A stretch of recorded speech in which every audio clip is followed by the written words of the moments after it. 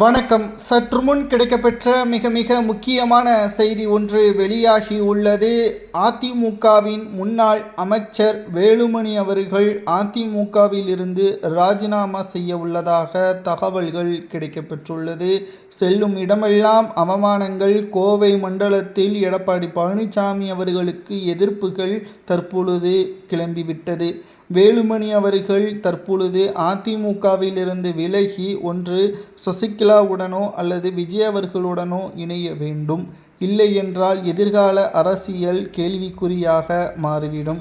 ஏற்கனவே பல்வேறு சொத்துக்கள் குவிப்பு வழக்கிலும், முறைகேடு வழக்கிலும், சாலை போக்குவரத்து ஊழல் வழக்கிலும் வேலுமணி அவர்களது பெயர் இடம்பெற்றுள்ளது. இப்பொழுது அதிமுகவின் கள அரசியல் நிலவரம் மிகவும் மோசமாக இருக்கிறது. வேறு வழியே கிடையாது. தேர்தலில் 10 நாட்களில் இருக்கக்கூடிய நிலையில் அதிமுகவின் ஒட்டுமொத்த அடிப்படை உறுப்பினர்களும் தலைமைக்காக வேலை செய்யவில்லை. இதற்கு காரணம் எடப்பாடியின் மீது இருக்கக்கூடிய அதிருப்தியும் கோபமும் மட்டும்தான். அதிமுகவை வெற்றியடைய வைப்பதற்கான முயற்சியில் ஈடுபடுவதற்கு எந்த ஒரு அடிப்படை நிர்வாகிகளும் களத்தில் வேலை செய்யவில்லை. எடப்பாடி பழனிசாமிற்கு தேவை அதிகாரமும் பதவியும் பணமும் மட்டும்தான். அதிமுகவின் அடிப்படை உரிமைகளை மீட்கக்கூடிய வகையில் எந்த ஒரு முயற்சிகளையும் எடப்பாடி மேற்கொள்ளவில்லை.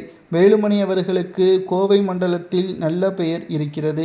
அதை அவர் கச்சிதமாக பயன்படுத்தி கொள்ள வேண்டும். இல்லை என்றால் அவர் இந்த தேர்தலிலோடு கூண்டோடு அதிமுக தோல்வியடைந்த பிறகு வேலுமணி அவர்களும் கட்சியிலிருந்து ஓரம் கட்டப்படுவார். மக்களும் தொண்டர்களும் வேலுமணியை புறக்கணிப்பார்கள். இதனால் அவர் மீது இருக்கக்கூடிய வழக்குகளை மத்திய அரசு கச்சிதமாக தங்களுக்கு சாதகமாக மாற்றிக்கொண்டு அவரை ஆயுதமாகவே பயன்படுத்தும்.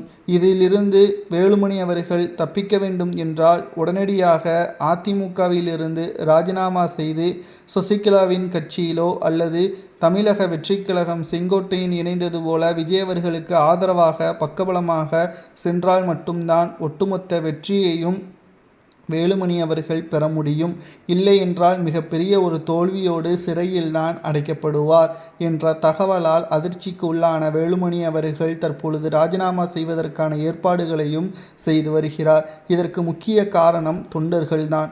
ஒரு தலைவன் தொண்டனை மதிக்கவில்லை என்றால் ஒட்டுமொத்த அடிப்படை உறுப்பினர்களும் தலைமைக்கு எதிராக கிளர்ச்சியில் ஈடுபட்டால் தோல்வி என்பது தலைமைக்கு மட்டும்தான்.